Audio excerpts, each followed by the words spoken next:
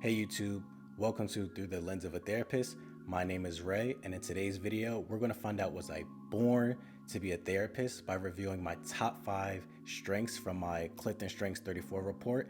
Stay tuned. For those unfamiliar with this, Clifton Strengths assessment is actually utilized to help you identify your strengths so that you can maximize your potential. Pretty helpful. And before we continue, I just want to put this out there. This is not a sponsored video. I'm not getting paid for it or anything like that. This is just a video I found helpful that I just wanted to share, and I think it could really benefit us and what we do as a whole. When working with clients, one of the main things we do as therapists is help clients identify their strengths so that they can utilize those strengths to aid them throughout treatment. And as therapists, having a better understanding of our strengths can help better serve the clients more effectively. So if you're interested, check the link down in the description below.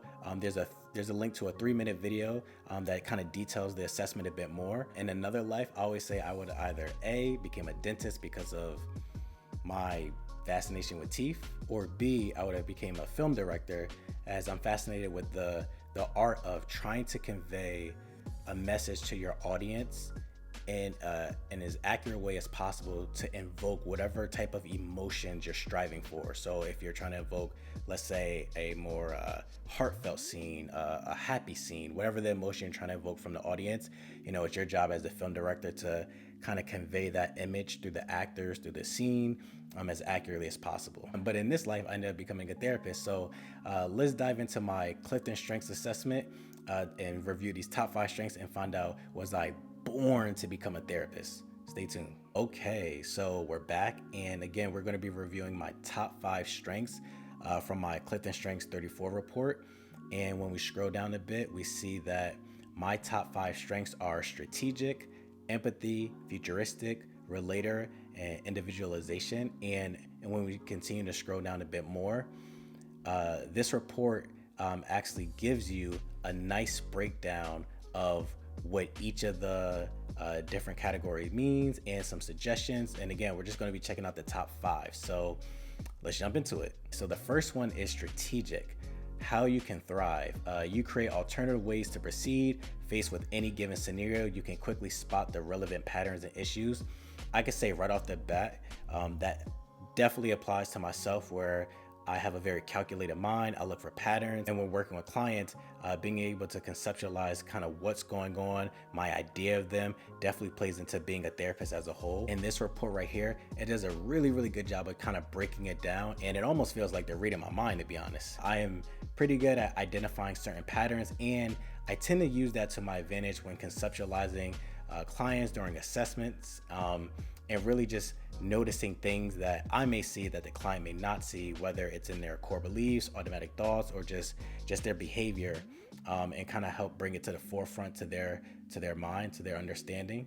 And I want to scroll down a bit to some of the ones that really appeal to me being a therapist, where the last one right here, it's very likely that you may be known for your ease with language. Perhaps this ability serves you well when you need to talk with newcomers or outsiders.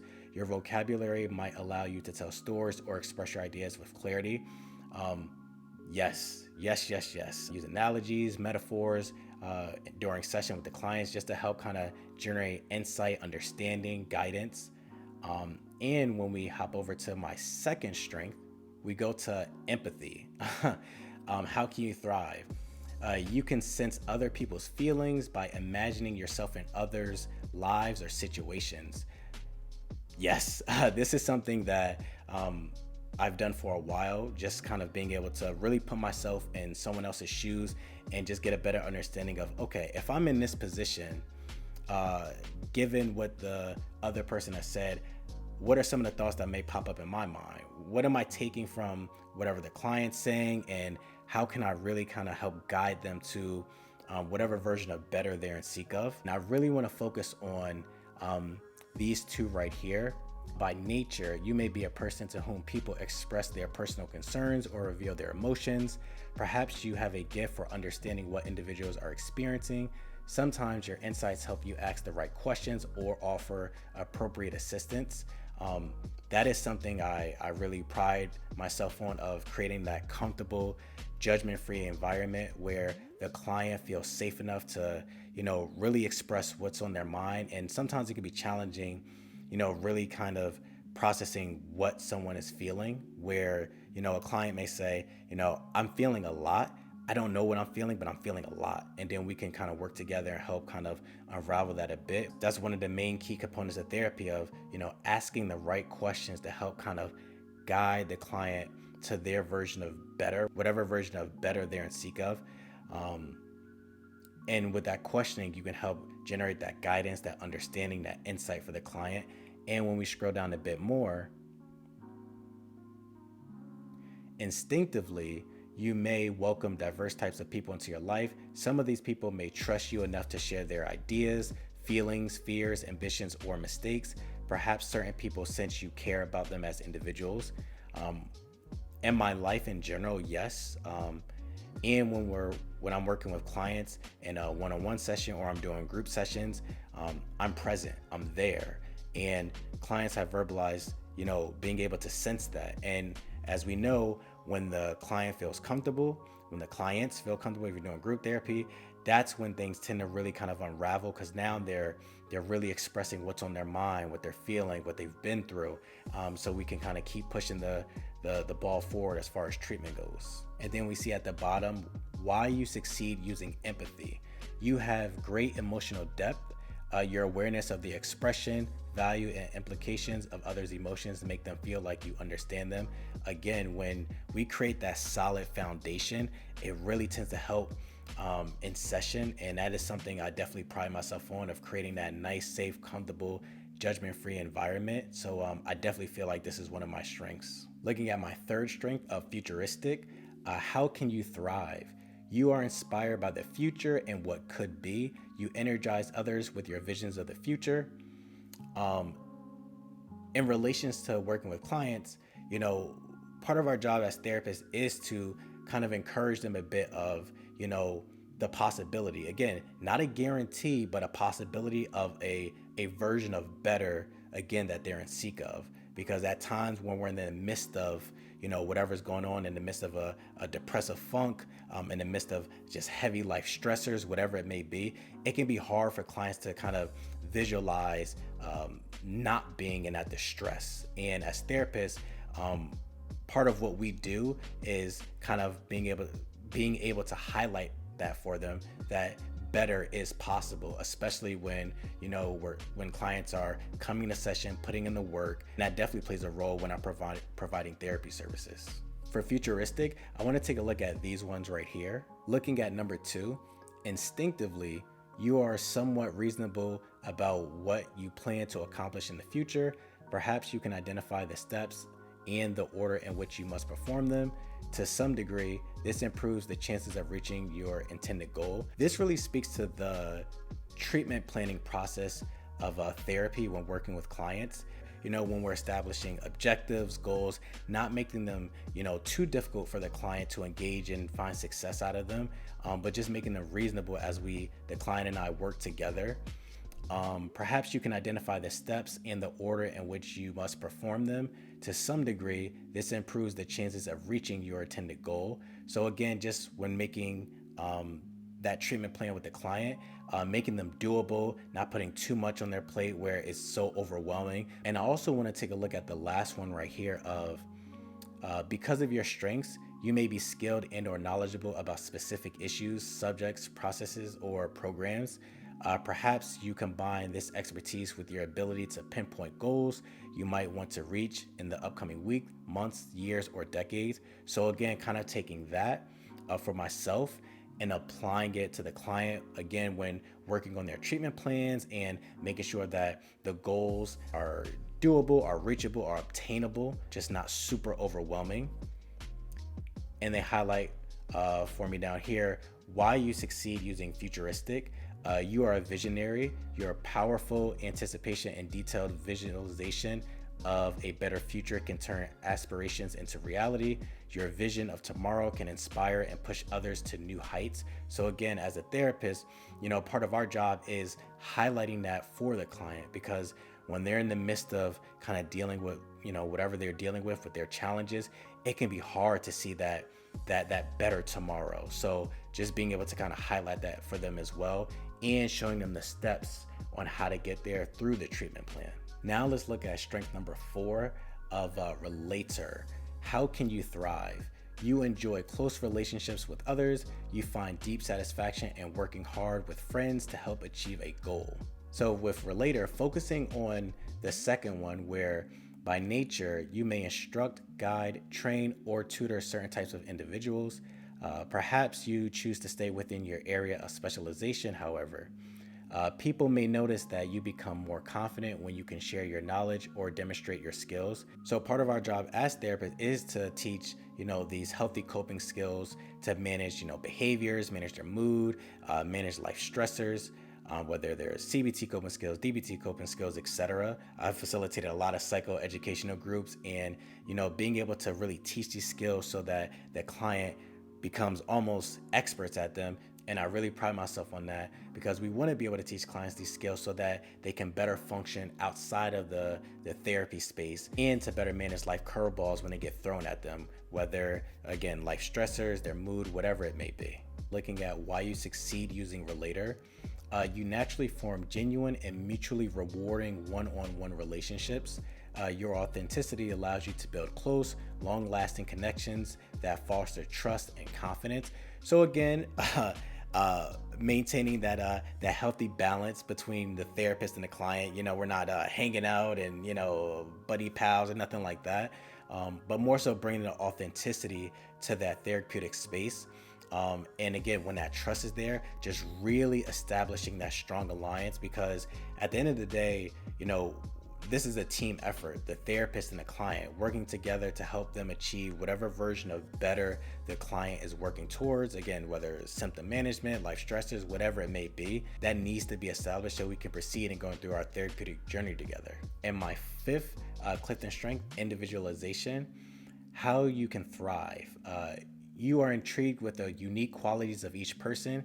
You have a gift for figuring out how different people can work together productively.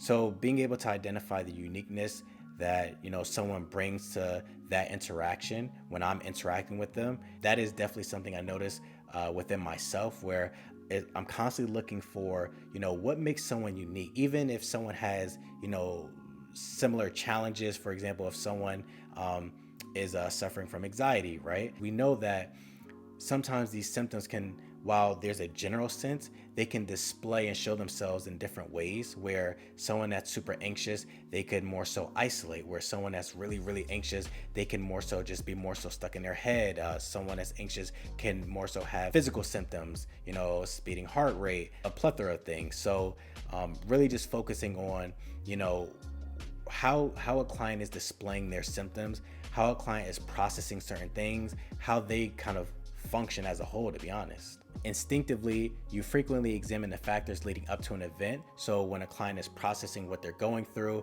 that is something I notice within my mind, where I'm listening to the client. I'm also thinking about, okay, how do we get here? Of course, taking the client's information of them sharing, the events in their life, and trying to bring in other factors, and working together with the client just to kind of see what are some of the factors that contributed to whatever form of stress we're dealing with currently.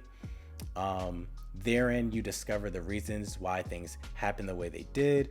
A number of individual and or groups probably appreciate your logical thinking style.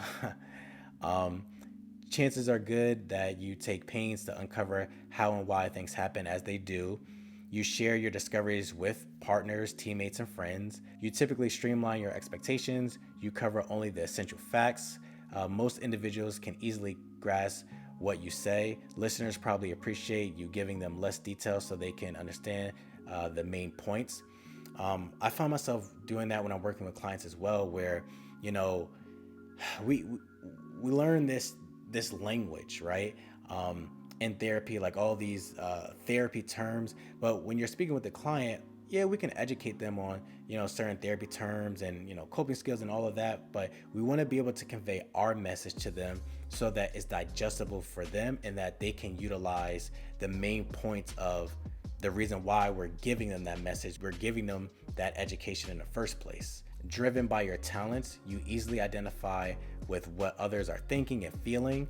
You intuitively understand their hopes, fears, joys, and sorrows. This helps you consider things from each individual's perspective. This kind of relates with one of my earlier strengths of, again, just really just putting myself in the other person's shoes and just kind of seeing it from their lens, being able to kind of say, oh, okay, how do we get here?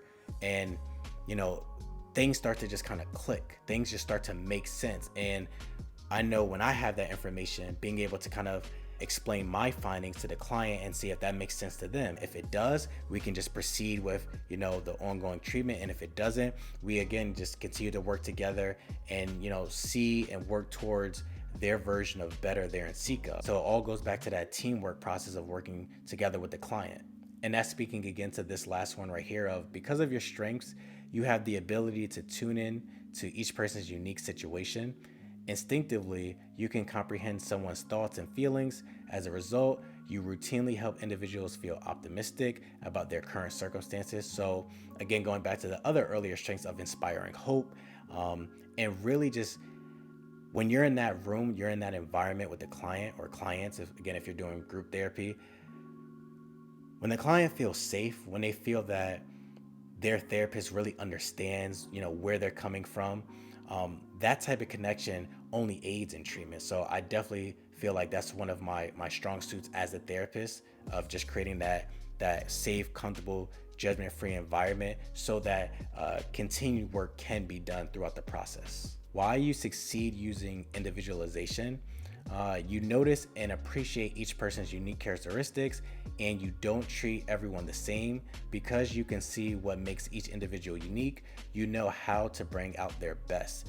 And again, that goes back to what we were saying earlier in the video of identifying the client's strengths.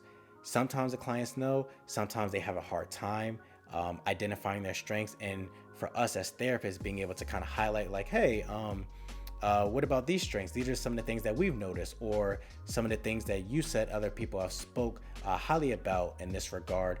And it really, really helps the process, because again, the clients can utilize those strengths to aid them throughout treatment. And I think that's really important for us in the work that we do. Okay, so that's it for today's video. Thank you guys for tuning in and, you know, going through my top 5 strengths with me. Let me know in the comment section below if you have taken this assessment before and what were your findings, or if you plan to take this assessment. And even if you don't, or, you know, don't plan to take it and haven't taken it, do you feel you were born to be a therapist? I'm definitely curious. So thank you guys for tuning in again, and see you next video. Bye.